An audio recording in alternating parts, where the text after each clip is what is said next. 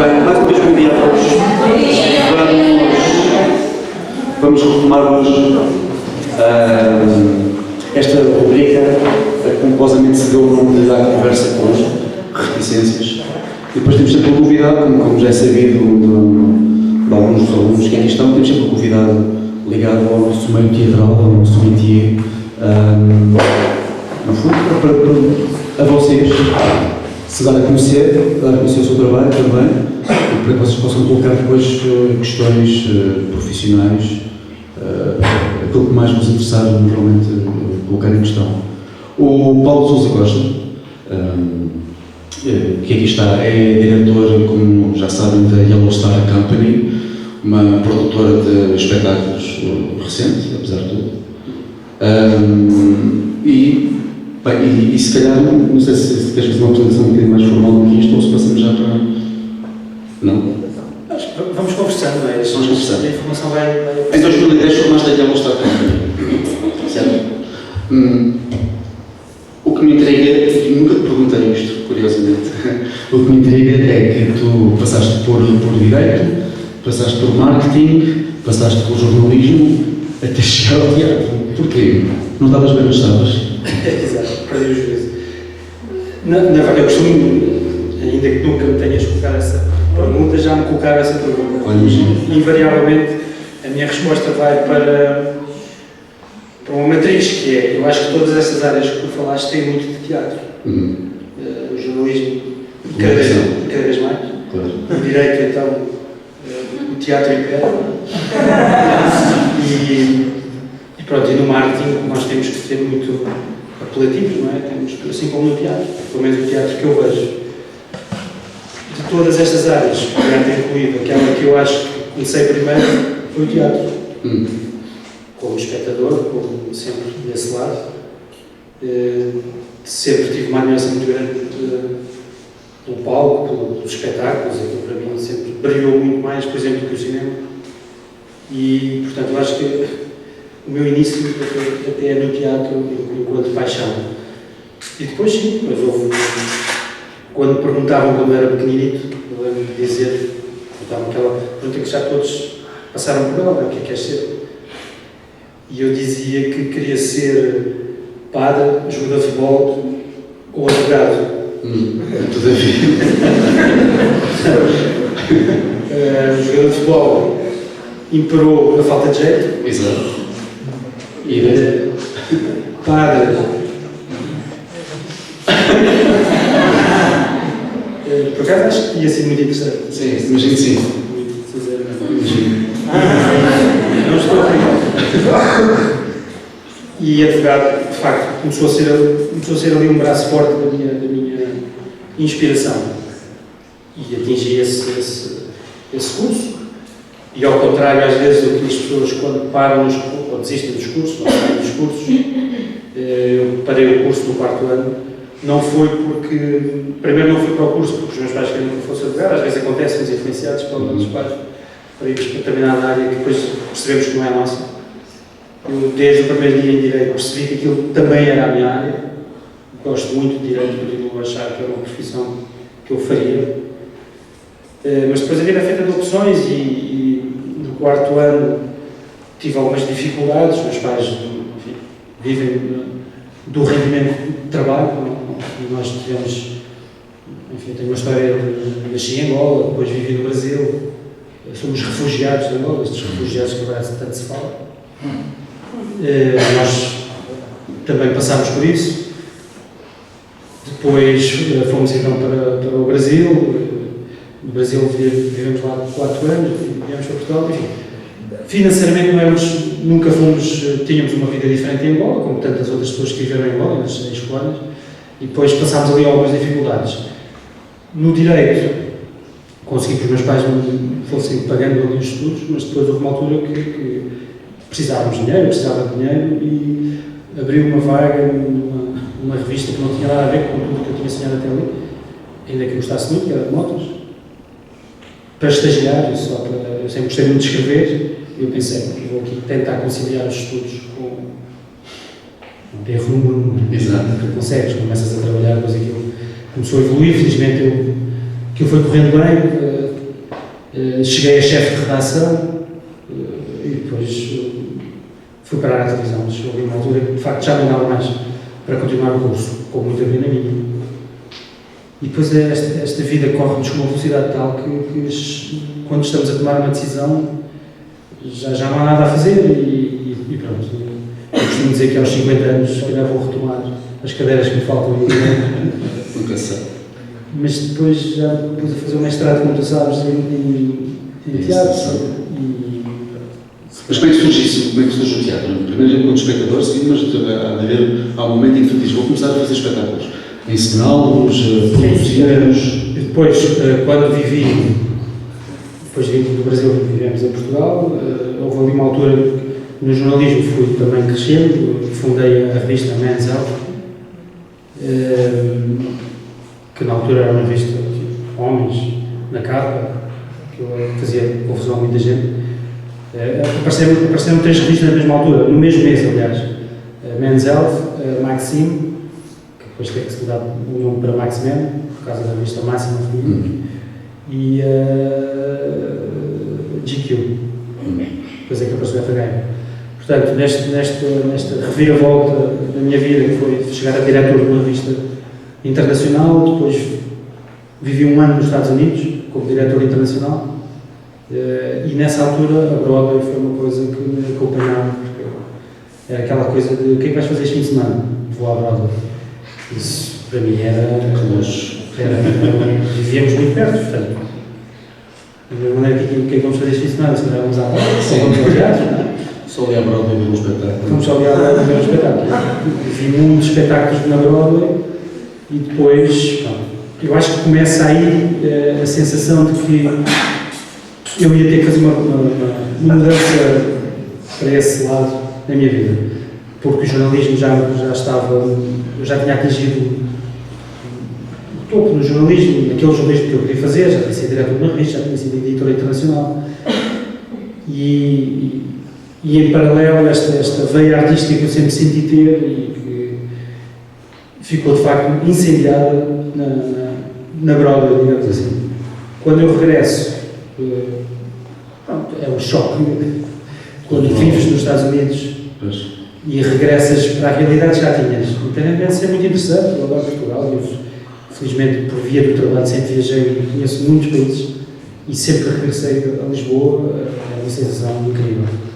Mas de facto profissionalmente eu senti que já não estava motivado. Nessa altura o Francisco Pedrinho, que estava a sair da SIC, convidou-me para um projeto que chamou Cherry Entertainment, em que ia ter várias áreas, nomeadamente teatro, em que íamos produzir os The Producers, que é o musical mais premiado da Broadway, tem 12 Tony Awards, e que na altura que eu estava a viver nos Estados Unidos, estava em cena. Eu achei tudo muito interessante e fascinante e cometi a loucura de deixar uma carreira de jornalista para trás, de diretor, de internacional, e começar do zero, uma carreira nova. Vai daí veio a crise. Portanto, se já é uma aventura deixar uma carreira consistente e que, enfim, em termos de ordenado, tinha de facto um ordenado muito bom. Hoje até me envergonho de dizer que não tenho ganhado na altura. Ainda não. Com todas as condições, carro, enfim, tudo. Mas há alturas que nós temos de tomar uma decisão na nossa vida quando achamos que não somos felizes, já não somos felizes a fazer aquilo que fazíamos com muito gosto. E nada contra o jornalismo. Se o dia tivesse 48 horas, eu se calhar também era jornalista, um bocadinho de advogado, mas ainda não. E o que é que te atrai ainda hoje mais do teatro? Ou seja, a pergunta mais concreta é a parte de produção ou a parte da encenação? Sim, eu tive que entrar pela via que me estava mais acessível, que era, por acaso até foi comunicação, a primeira via que eu entrei, como eu vinha já com o background de marketing, foi na comunicação que eu me instalei, foi a minha janela de entrada. Depois, rapidamente, passei para a área de produção, comecei a produzir as minhas próprias coisas, porque sentia que, de facto, era aquilo que eu queria fazer e como, enfim, eu gosto de fazer as coisas como eu gosto que sejam feitas, achei que tinha que ser eu a abraçar o projeto, por si, e rapidamente comecei como produtor. Mas sempre senti que não era ali que eu queria ficar, em termos de produtor. Ainda que as coisas tivessem ido muito bem, felizmente, nós tivemos peças que correram o país todo, os 39 graus, por exemplo, nessa altura foram a 25 cidades, que hoje em dia, como tu sabes, estás em teatro, provavelmente é preciso uma força de produção, mas percebi que não era ali também que eu ia ficar, que era claramente na parte mais artística, não é? Do ramo do teatro, tanto a escrever como a ensinar. E aí conhecemos. Exatamente. Mas estamos a falar de tudo isto em 5 anos, portanto, desde 2010 que fundaste aí ao Estado. Eu saí em 2008 da Menzel. Sim, ok. Portanto, a minha ligação começa, este tal trajeto começa com o Producers. E em 7 anos conseguiste já então produzir o Producers, passando a redundância. Exatamente. O 39 graus, as noites do Saramago. Os 39 graus, a noite do Saramago e a noite do Eu Saramago. mostro que muitos tiveram a oportunidade de poder ver no Teatro da Trindade e poderão ver novamente. Sim, vamos repor. Podes ter publicidade alguma coisa. Ah, pronto, mas é estás. O José Saramago, eu acho que foi a peça. Os 39 graus, de facto, a peça é um marco na história da Real Star Company, porque nos cimentou no país, em termos de conhecimento de teatro e dos teatros, e tive a oportunidade de perceber, felizmente, ao contrário do que às vezes nós dizemos, porque é verdade que a cultura não tem o apoio que devia ter, tudo isso é, como é óbvio, é verdade. Mas foi muito interessante esta minha aventura do país, do norte a sul, perceber que nós temos em Portugal equipamentos de teatros muito interessantes, que foram também nesta leva das tais, passa a expressão, vacas gordas, não é? Que se investiu muito em autoestradas, em pontes, em coisas megalomanas. Eu conheço muitos teatros que pensei que não existissem. Portanto, pelo menos para isso o dinheiro foi também utilizado. A política era outra também.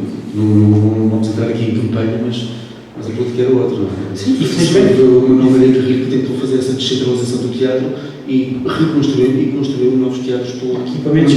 Não conheço menos disso. Infelizmente, o Dona Rafael Escola, por exemplo, tem um equipamento maravilhoso, sei lá, tantos e tantos.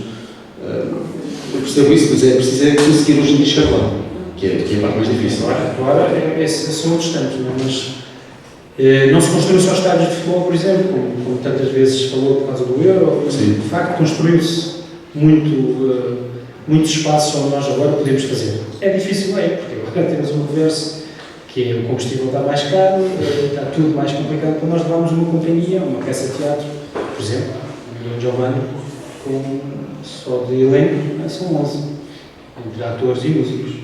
Pois. Mais toda aquela produção, aquela equipe de produção, portanto. Então, Giovanni, futuros projetos como o Boing, ou como o Bamba, como o Albo, não é uma expressão confundida. Futuros projetos como o Albo, a estrear no próximo ano, o que é que se espera mais? Vais terminar o mestrado, dele a aprender? Não é? Sim. O Carlos Pessoa diz que já acabou. Para ele já acabou, pode ter também. Para a nossa carteira ainda não. Exato. E para a nossa carteira ainda não acabou. E hoje? Sim, agora vem de um período louco, que é de muito trabalho. Vamos repor o Dom Giovanni, é um convite que tivemos no Teatro da Trindade no dia 1 de outubro. É assim uma coisa surpresa. A ver se posso vir. Diz? A ver se consigo ir. Esse gostava. Vamos repor a Alice no País das Maravilhas, que esteve em cena no El Corte Inglês, nos cinemas do Saí, que é uma nova abordagem que eu quis fazer ao teatro, que era em Lisboa, sabe uma coisa que há dificuldade é ter salas ao contrário do país. Em Lisboa, de facto, há muito poucas salas para quem quer produzir teatro, como sabes. E os cinemas têm 20 salas. Eu sei, por exemplo, a Rábida tem 20, aqui no Corte Inglês são 15, e tantas outras marcas de salas de cinema.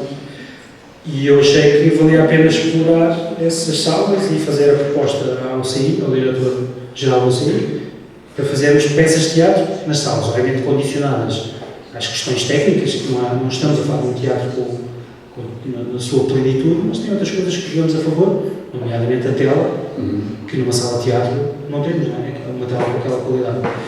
E se bem que houve um projeto inicial, foi a verdadeira história da cigarra e da formiga, e depois o Conto de Natal, onde tu fizeste, participaste. E agora há isso do País das Maravilhas, que é, no fundo, usar a magia do País das Maravilhas, onde tudo é possível, e colocar os atores a entrar e a sair da tela, a fazer aqui um jogo que no teatro é muito mais difícil, no teatro dito convencional é mais difícil. Portanto, é mais um projeto também que nós tentamos emular. E achas que consegues ir mais além da encenação? Ou seja, já fazes adaptações, fazes a encenação, no palco já me disseste que não pões os pés, só de vez em quando para fazer o stand-up comedy, não é? Estive a fazer. A minha experiência estudantil foi no palco. Aliás, escrevi na escola secundária, quando tens que estar ali como eu estava a fazer ali um ano de interregno para escolher o balístico, no nono ano eu escolhi teatro. E escrevia e representava. O que eu acho é que o ator hoje em dia tem. Eu hoje em dia não tenho aquilo que o ator precisa ter, que é uma disponibilidade espiritual muito grande. Eu não tenho isso. Já alguns desses pontos sobre o ator. As coisas estão uma pequena pausa, só para lançar aqui a oportunidade de vocês fazerem algumas perguntas neste momento, se quiserem, mas um cada vez, por favor. Não se engane. É um cada vez. Obrigado, Jorge. Há bocado eu estávamos a falar de peças e não sei o que, eu falei da noite. Só agora, pronto. Eu fui ver à Trindade, para além de gostar muito daquele teatro, eu queria perguntar o que é necessário, talvez no início, como tu já deves ter essa experiência e há pouco tempo visto, como é que é de início de carreira de produção, de encenação, de montar um espetáculo e já um teatro conceituado, portanto, como é que é, quais são os procedimentos, quem é que se fala, quem é que é preciso, o que é preciso fazer, coisas desse género. Antes de com quem é que se fala, é que se tem aqui uma dose de cura artística. Porque quem está nesta área precisa às vezes de ver a luz onde o túnel ainda não apareceu. Sim. E no caso do José Saramago foi muito isso. Foi, na altura, chamaram-me louco porque eu ia mexer no texto do José Saramago. Que não é um texto de teatro. Não, esse é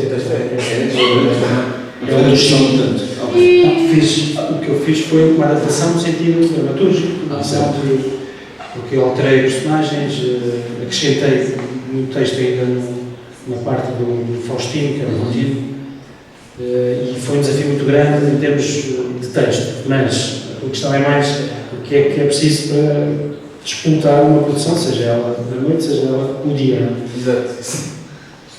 Enfim, o beabá tens que ter o texto, não é?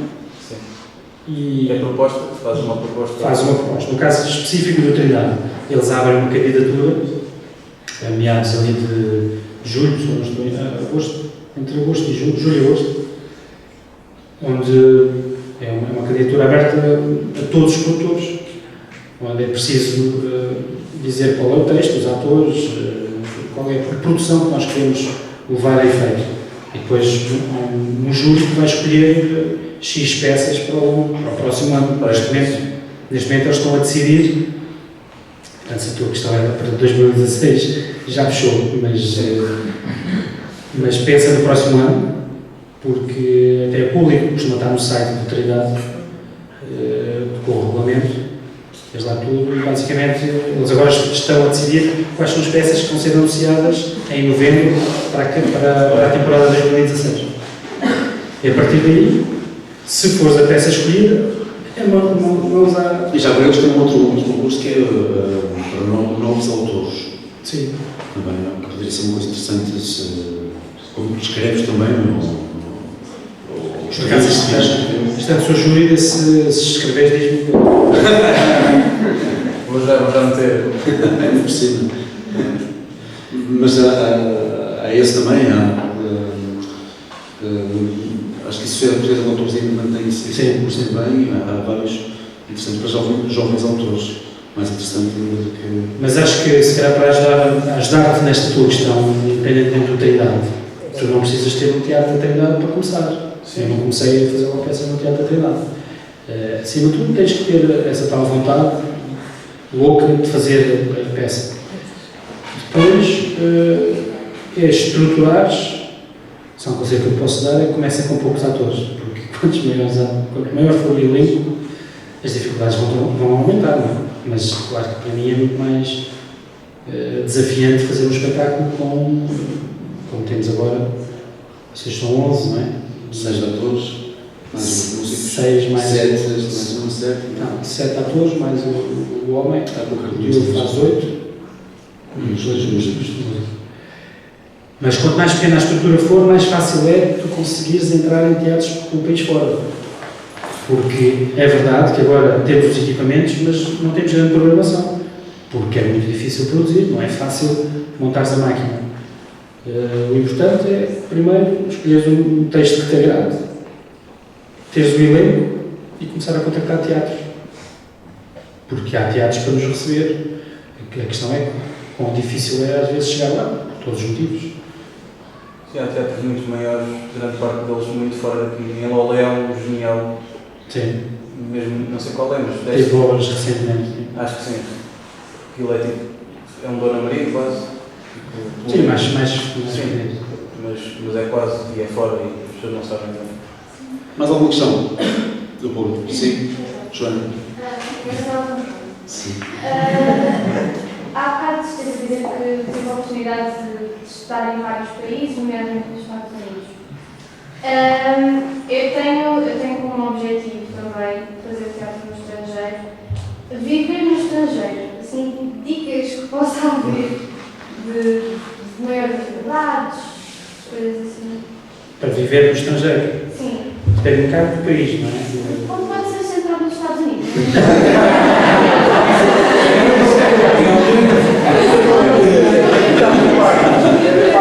Eu acho a escolha perfeita. Eu sei que há uma corrente anti-norte-americana. Os americanos, eu costumo dizer isto, os americanos são 300 milhões. Em 300 milhões há para tudo, não é?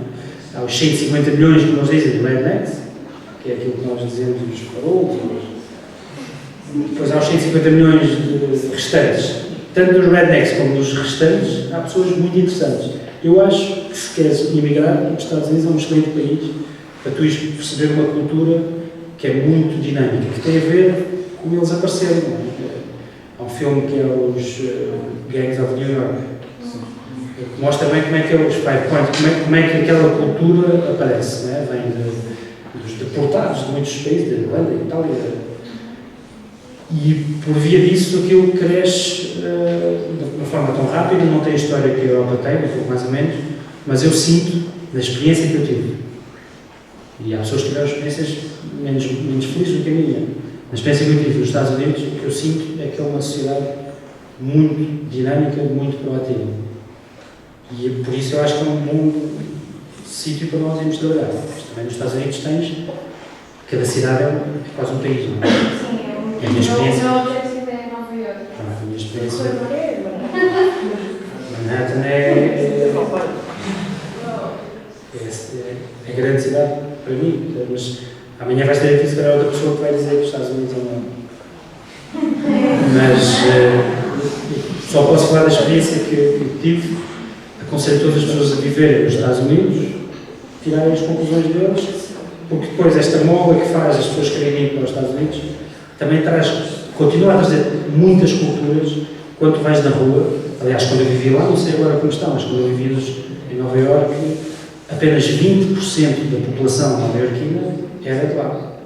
Portanto, 80% era do mundo. Isso dá-lhes uma riqueza do mundo e também de fora de Nova Iorque. Também americanos, não são 80% de estrangeiros. Mas se vives do outro lado dos Estados Unidos, quase que é estrangeiro em Nova Iorque. E essa riqueza cultural que eu acho que, mais ainda nas artes, não sei qual é a arte, qual é a área que gostavas de... Teatro musical. E o West End, tens aqui mais perto, no Broadway até um bocadinho mais consistente, porque o Broadway tem aquele brilho todo e há peças e peças. O West End é aquele lado. E os aviões estão cada vez mais O preço de experiência é comum. As pessoas não têm essa dificuldade com a língua, por exemplo, a língua não seja um problema. A adaptação é muito mais uma vez, da experiência que eu tive, eu fui abraçado nos Estados Unidos com as pessoas que eu tive a sorte de conhecer. Aceitam qualquer pessoa de qualquer cultura e é muito fácil. Agora, se calhar estou a tentar aquele cenário idílico, mas isso aconteceu. E vim-me embora por questões familiares, não foi... Senão ainda hoje lá estaria. Portanto, tens aqui uma pessoa que não é um grande conselheiro desse nível, porque eu digo que vai já amanhã. Ou depois de terminares o curso, também pode ser. Pois. Sim, Alexandre. Bom dia. Em que ano começou mesmo a sua vida de produtor, ensinador? O ensinador é uma experiência mais recente. O produtor foi em 2008. E tirou algum curso, sentiu necessidade de tirar e de começar a explorar mais esta área? Sim, essa é uma boa pergunta. Para produtor, por exemplo, também há. Nas escolas de teatro também tem um ramo de produção, que eu não conheço, não frequentei. Acho que se tivesse frequentado ainda tinha mais ferramentas do que aquelas que a vida me deu. Eu acho que para produzir, só o que nós vamos absorver na nossa vida é uma boa ajuda. Pode não ser o suficiente.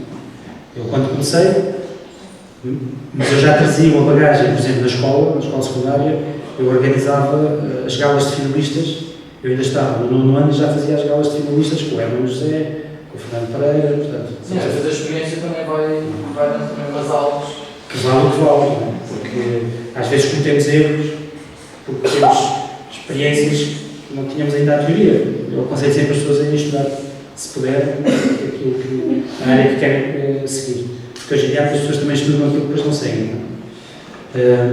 Até porque temos de ser todos doutores e engenheiros, mas depois chega ali, há áreas muito interessantes que também podemos ser, felizes na mesma e excelentes profissionais.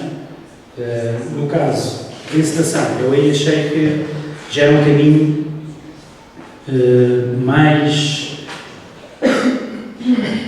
tortuoso de fazer, se não, eu não iria sentir bem se não tivesse seguido a área de formação. Daí ter decidido, foi quando nos conhecemos, ter decidido fazer um mestrado em encenação. Portanto, aí sim eu senti necessidade e não tenho a menor dúvida, como em qualquer curso, há coisas que tu ouves que não aplicas necessariamente ou que não concordas necessariamente, mas tenho a certeza absoluta que o Paulo de hoje é melhor em teatro e em ensinar do que o Paulo de há 2 anos, quando começou o mestrado. Portanto, se a tua dúvida é se deves ir estudar, acho que sim. Não, foi. Tocaste um ponto e antes passamos, depois faremos outra leva de questões. Coloco-te agora uma outra mais particular. Dentro dessa área de encenação, uma das coisas que eu queria saber é o que é que mais te entusiasma. O que é que tu esperas do ator enquanto o ensinas? O que é que mais entusiasma depois, não só no resultado, mas no processo criativo do ator?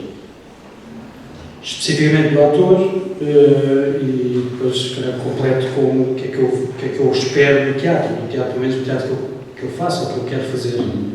Mas especificamente do ator, e nós tivemos agora a oportunidade de trabalhar um bocadinho.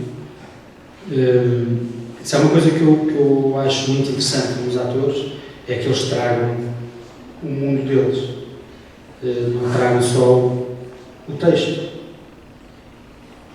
Porque o que faz a diferença entre um grande ator e um ator é que é aquilo que atravessa os limites das palavras que ele acabou de decorar. Porque senão trabalhávamos com computadores. Enfim, há um projeto do Aina Goebbels, o Aina Goebbels vem da música, é um diretor musical, mas que há uns anos já faz teatro, performance, por aí fora, ele tem um projeto muito Sem atores. Fazer teatro sem atores. É um projeto do Aina Goebbels. Que não é de todo o meu. Portanto, eu acho que nós precisamos de atores, obviamente. Mas o que eu espero do ator é precisamente um acrescento daquilo que o texto dá, que foi escrito por um autor, ou eventualmente por mim, coisas que eu tenho adaptado, e um acrescento daquilo que eu lhe dou. E há atores, como tu sabes, que ultrapassam essa barreira, e há outros que ficam ali na expectativa, à espera que sejas tu a dirigir o solo. E tu também fazes o lado de encenação.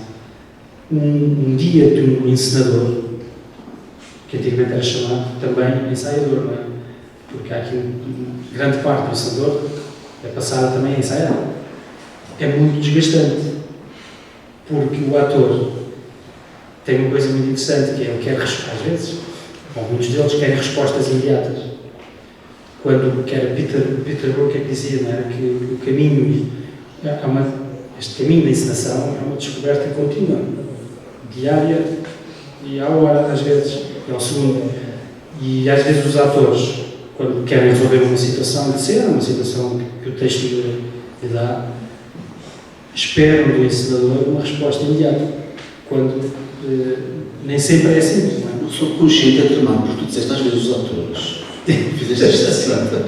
O subconsciente é tramado às vezes. Por acaso tu não és dos que queres respostas imediatas. O que eu acho é que, por isso, eu não acredito em encenações feitas apenas pelo encenador, porque senão então o ator não tinha tido este papel que eu digo que ele devia ter.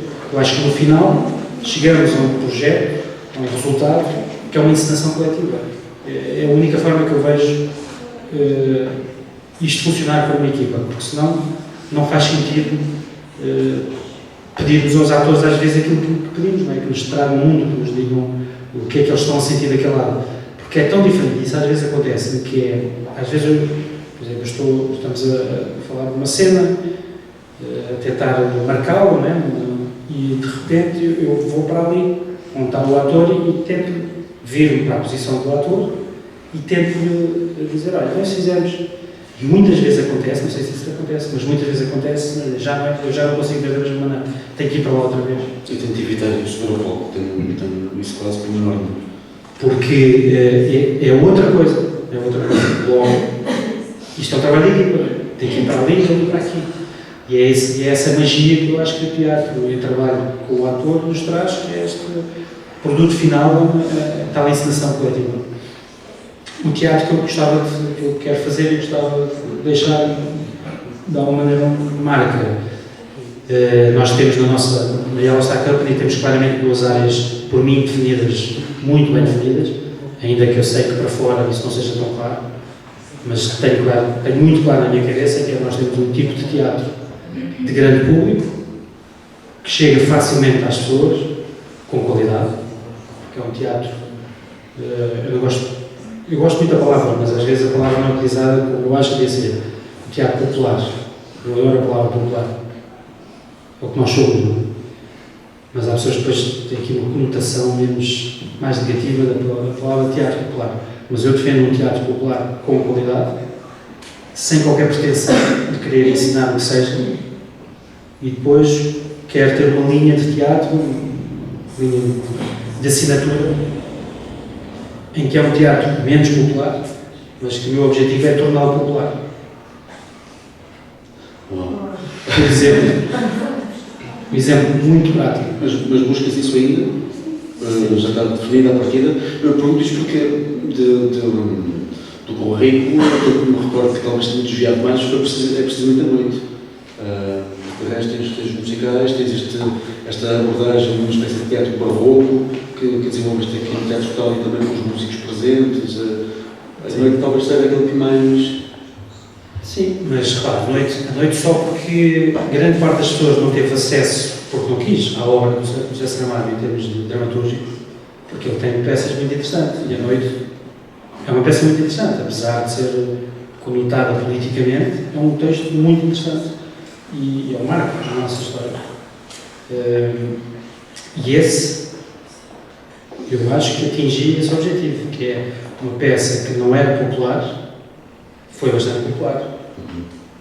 Obviamente depois tive que fazer algumas alterações, nomeadamente na personagem Faustino, que era uma personagem que trazia a comédia, e as pessoas precisam de rir. Não é? Muita mania às vezes que é proibido rir em teatro, ou se rirmos em teatro aquilo já não é para levar a sério, ou já não é tão... não concordo. Mas outra peça que... riso e riso também, não é? Não, riso fácil, não é? Mas há várias camadas de riso. Riso fácil, bom, já outra definição, sim. Há várias camadas no riso. Não há várias camadas no silêncio. O Dom Giovanni é mais um projeto em que até a ópera não é propriamente, pelo menos no nosso país, não é propriamente algo popular. Ainda que apela ao domínio donjoanesco, não é? De toda a vida do Dom Juan, mas claramente apela à ópera. E toda a obra foi pensada em cima do libreto da ópera.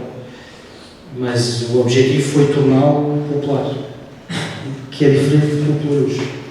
Sim, percebo. Como é que fazes as tuas pesquisas para os textos? Porque, mais uma vez, pegando no currículo, tem um vasto leque, não é? Obras diversificadas, obras diversas, de vários géneros. Como é que faz esse o espaço?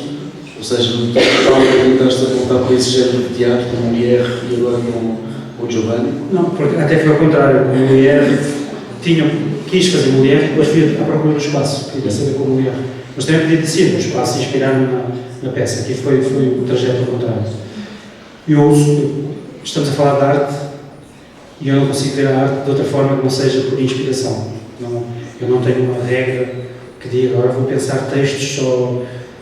Eu folhei, leio muita coisa sobre determinados textos e tem que haver um clique para me fazer levar aquela peça, aquele texto à cena. E no caso do Dom Giovanni eu tive acesso, como sabes, como tu também tiveste de ter, acesso a imensos textos, o que é que eu vou fazer, o trabalho final do mestrado, que texto é que eu vou fazer, tive os professores dão-te textos para tu ires decidir. E depois houve um dia que eu disse, olha, vai ser Dom Giovanni, vai ser nenhum daqueles, vai ser Dom Giovanni, é por intuição. Muito bem. Questões, neste momento? Mais uma vez, só um de cada vez, por ordem. Não. Por mera curiosidade, há pouco alguém me perguntava, estamos aqui a tentar fazer uma filtragem de ideias para perguntas que agora estão a ficar muito envergonhadas. E alguém me perguntava sobre o Teatro Itália. Eu disse à turma, especialmente à turma do primeiro ano, não há melhor do que o Paulo para responder essa pergunta sobre o Teatro Itália e sobre a história do Teatro Itália. Exato. Até tive que contar uma vez em público. Exatamente, no cinema. Eu não sou especialista do Teatro Itália, tive a sorte de voltar a colocar teatro em cena 150 anos depois de ele ter acabado, por via de. Lá está, esta tal loucura feliz que é fazer arte e teatro. O Conde de Farroco, que era um homem extraordinário, pensava a arte como ninguém, viveu ali num período muito complicado, no período dos anos, no início do século XIX, houve aquela revolução entre liberais e liberalistas, e ele foi apanhado naquela convulsão, era milionário, por via disso, fez com que ele provocou muito a procura do Conde de Dom Giovanni, do Conde de Farroco, era constante por via das duas fações. Basicamente, que eles queriam o dinheiro porque ele era milionário, para patrocinar a guerra. Mas o Conde de Farroco estava para além disso. O pai dele tinha sido quem construiu o Teatro de São Carlos. Ele cresceu no Teatro de São Carlos. Cada vez que o Teatro de São Carlos tinha uma crise, iam chamar o Conde de Farroco para financiar e para ficar como diretor do teatro. Levou lá muitas óperas, nomeadamente Dom Giovanni, e depois decidiu que ia fazer o seu próprio teatro. Ele já tinha aqui uma estrutura ali na Quinta das Laranjeiras, não é? Todo aquele espaço, onde está o palácio. Ele fez uma estrutura mais rudimentar e depois houve um dia que decidiu que ia fazer um teatro com todas as mordomias que o teatro dele deveria ter. Ele gostava tanto de teatro, de arte e de música, ele gostava muito destes teatros que eu também procuro, que é teatro com músicos ao vivo, e que ele obrigou todos os funcionários, todos os empregados do Conde de Farroco foram obrigados a aprender música e a tocar um instrumento. Não havia quem trabalhasse para o Conde que não soubesse música. Eu acho isto extraordinário. Naquela altura, obrigar os empregados a fazer outras coisas bem piores. Acho que não era mau ser empregado do Conde de Farroco. E depois houve um dia, este teatro inclusive foi frequentado pela Rainha da Maria II, foi inspiração para o Teatro Nacional. O Teatro Nacional hoje é o que é arquitetonicamente, porque foi o mesmo Francisco Colodi que fez o mesmo projeto arquitetónico inspirado no Prado. Foi o primeiro edifício em Lisboa a ter iluminação a gás. Mais ninguém tinha iluminação a gás, já o teatro tal e tinha. Mas depois houve um dia que ardeu, e ele teve grandes problemas com o negócio que ele tinha, o negócio do tabaco, teve problemas com o Estado, foi vigarizado pelo Estado, perdeu, foi obrigado a pagar uma indemnização e ficou na ruína. Até hoje. Até hoje. 150 anos depois, voltamos nós com um texto de um autor que também passou por lá muito, Molière, o Casado à Força que fizemos lá. E agora, Dom Giovanni. Acho que está respondido para quem tinha esta dúvida toda. Sim, Sandra. Assim, já estamos a falar do Dom Giovanni, eu tive a oportunidade de ver, como tinha alguns atores, mais os músicos, eu pergunto desde o primeiro dia que você pensou que o Dom Giovanni ia fazer o processo da escolha de atores, da encenação, até o dia da estreia, foi mais ou menos quanto tempo? Eu costumo bater recordes, mas não. E aqui acho que a marca foi boa. E eu não aconselho ninguém a fazer ao ritmo que eu às vezes faço. Mas isso também tem a ver com muitas coisas. Pela minha passagem pelo jornalismo, por exemplo, eu escrevo muito depressa, o que não quer dizer bem. Depressa não quer dizer necessariamente bem. Mas eu consigo formatar uma série de procedimentos mais rapidamente, por via da velocidade com que às vezes faço as coisas. Mas neste caso, tínhamos aqui um objetivo, que era, tínhamos que apresentar um trabalho até ao final do ano letivo. Eu pus como marca em agosto, mas podia ter sido outro mês. Tivemos aqui um processo mais longo, porque o seminário constava disso mesmo, a discussão de textos, portanto, se abrangemos esse período, foram 6 meses, mas não foram. A partir do momento em que eu decidi o texto, depois tive que ler todas as obras que eu achava que fazia sentido ler para adaptar o texto, porque de Molière a Saramago, também tem uma obra que se chama Dom Giovanni, Natália Correia, António Patrício, portanto tive que ler essas obras todas, o Lourenço da Ponte, que fiz, que é o libreto, do Mozart. Depois sentei para escrever, e aí a escrita foi um mês, tendo em conta que faço outras coisas, não foi um mês exclusivo para escrever. Depois foi a escolha dos atores.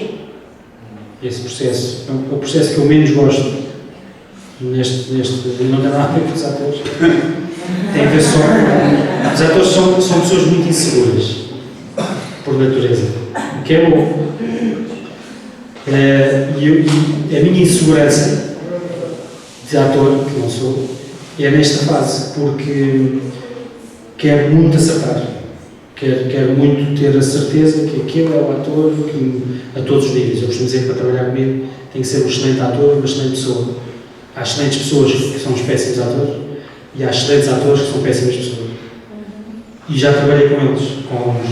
E o pior que pode haver no processo de equipa é ter pessoas que não trabalham para o grupo. Portanto, tenho aqui esta fraqueza, que é a decisão de elenco. Mas depois daí, a partir daí, uma vez escolhido o elenco, em teoria devíamos ensaiar mais, mas também o ensaio tem a ver com o processo de produção. Quando se pensa em produção, temos que pensar nos custos, e os ensaios são custos. Neste caso, ensaiar 5 semanas. 5 semanas. Diz o nosso ator ainda assustado, porque em 5 semanas levantámos um espetáculo. E isso não é. Mas tem a ver com este processo. Portanto, basicamente, estamos a falar em 3 meses. Que é pouco.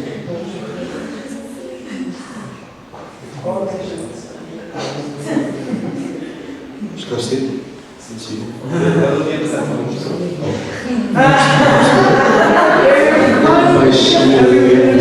Não percebi qual a pergunta. Pergunta se é boa pessoa, não é? Mas qual foi a pergunta em relação ao BDF? É uma pessoa. Se é boa boa pessoa. Estava a dizer que para trabalhar consigo, que tempo lá. Tens que perguntar ao Dom Otávio. Não, o Guilherme é uma pessoa extraordinária. Acho que ele diria o contrário também. Mais alguma questão, por favor? Ok. Sim, temos duas. Arlete. Eu disse Arlete, chama-se Arlete? Sim, pode ser Rodrigo. Rodrigo, diz. Até isso é uma pessoa. Pronto, agora entramos num campo pessoal. Como disse. O Sérgio é um excelente ator e uma excelente pessoa.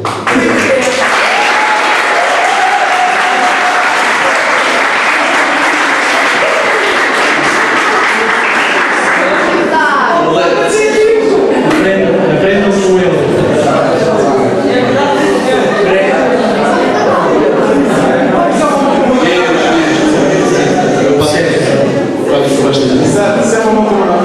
Arlete, querias então colocar uma questão? Silêncio, por favor. Levanta-te, Arlete, por favor. Obrigado. Com todos os altos e baixos, nas alturas que sentisse mais em baixo, desanimado, sei lá, quais são os mecanismos que utilizar para focar naquilo que quer e atingir os outros objetivos? E agora? Temos que espaço para as perguntas. Obrigado pela pergunta, porque acho que essa pergunta, ou a resposta para essa pergunta, é a base de tudo o que eu faço hoje. Porque a minha máxima é desistir não é opção. E isso aplicou-se e continua-se a aplicar na minha vida todos os dias, às vezes todos os segundos.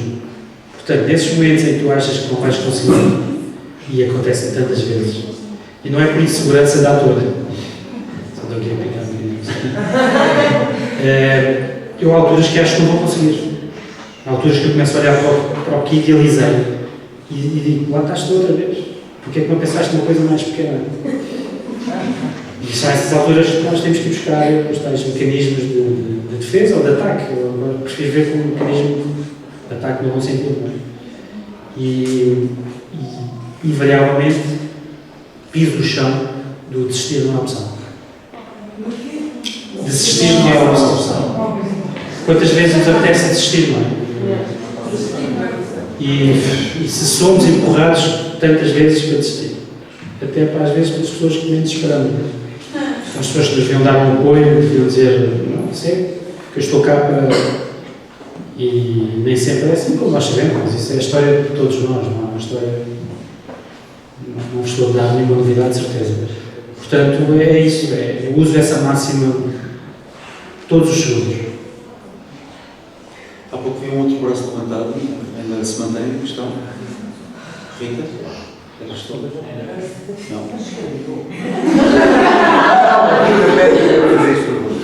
Não. Sim. Só a jeito de pesquisa, desistir de uma opção ao nome do teu, mas também tens um outro livro que se chama Meia Coragem.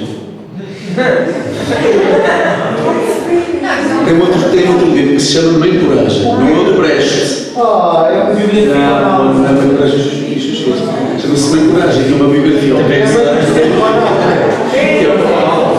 Que é a biografia autorizada também de Cristiano Ronaldo.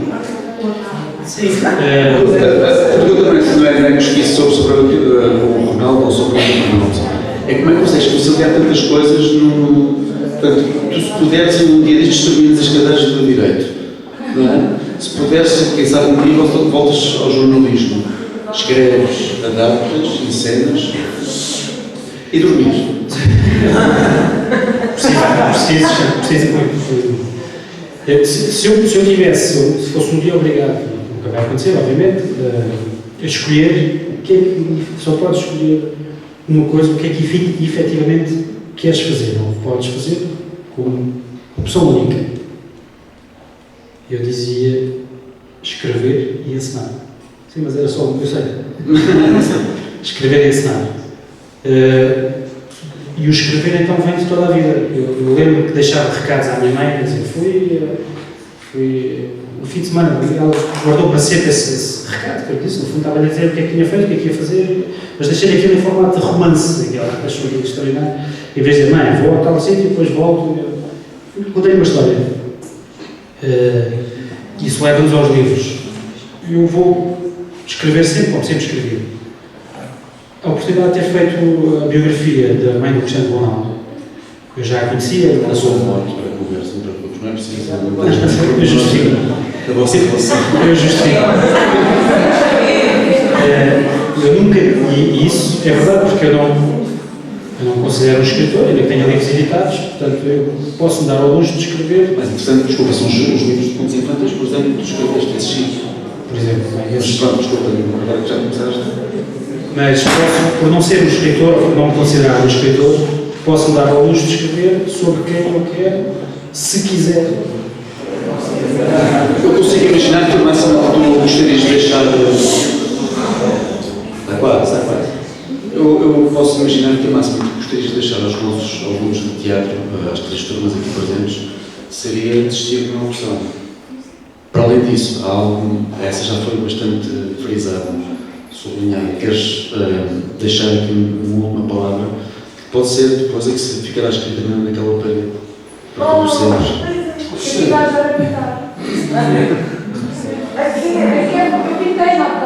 Obrigado. Eu acho que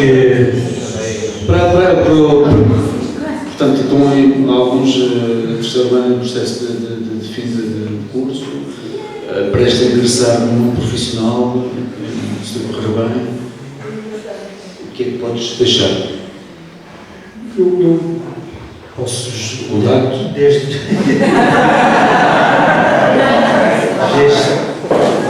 eu acho que mais do que vos deixar uma mensagem, eu claramente, escusado será dizer, quando me estavam a mostrar aquela parede e disseram amavelmente que eu iria ter a honra de deixar ali no Wall of Fame a minha mensagem, é escusado será dizer que eu pensei logo, sem mensagem vou escrever ali. Mas podes escrever isso, mas agora... Vou escrever ali, se me permitires, posso? Com certeza, mas mais do que isso, estes futuros artistas, Agora, se podem desejar.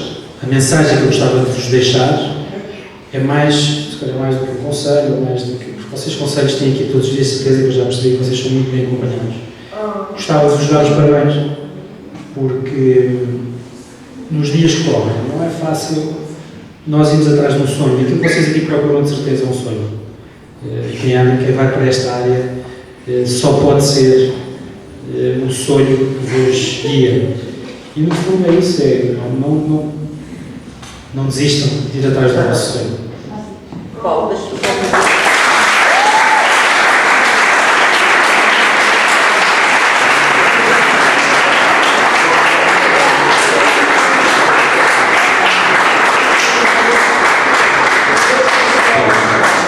Deixa-me só complementar, se é que é possível fazê-lo, da sua primeira intervenção, dizendo que foi também esse sonho, conseguimos, de certa forma, tentar transmiti-lo este ano, até através de uma frase que escrevemos num dos vitrais principais, não sei se já tiveram a oportunidade de ler.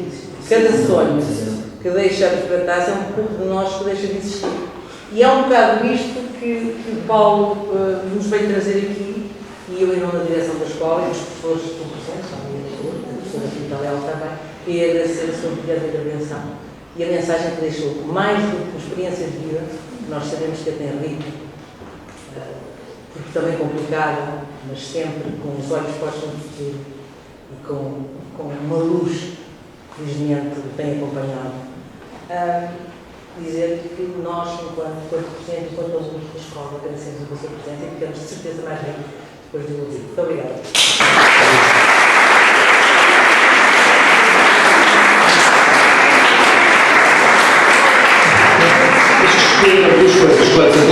Escolhes se queres subir ao escadote ou se arranjas algum pintinho.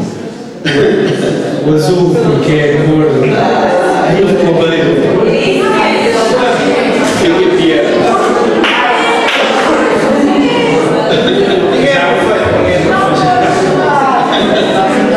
Já agora deixa-me dizer as suas palavras. Alunos, agradecer as suas palavras, o vosso convite, a reforçar os parabéns e não é conversa de circunstância. Eu por via dos livros infantis que escrevo, da coleção As Aventuras do Dragãozinho Azul, vou a muitas escolas. Lá está mais uma coisa que eu vi que era já tempo sempre, que é para ir às escolas de norte a sul. E é sempre um prazer ter a audiência para conversarmos, porque hoje em dia nós conversamos pouco, isso é inevitável. Estamos cada vez mais próximos da comunicação, das redes, mas conversamos muito pouco. E estes momentos, para mim, não é sequer a conversa de circunstância, de dizer o prazer que eu meu, não é a conversa de circunstância. É um enorme prazer. E olha que o meu dia não é propriamente um dia com horas muito disponíveis, mas isto para mim é muito acima do trabalho, porque é um enorme prazer poder humildemente fazer um bocadinho parte da vossa vida no dia de hoje. Agora já se esqueceram de mim, mas ficaram uma frase. Por isso, muito obrigado.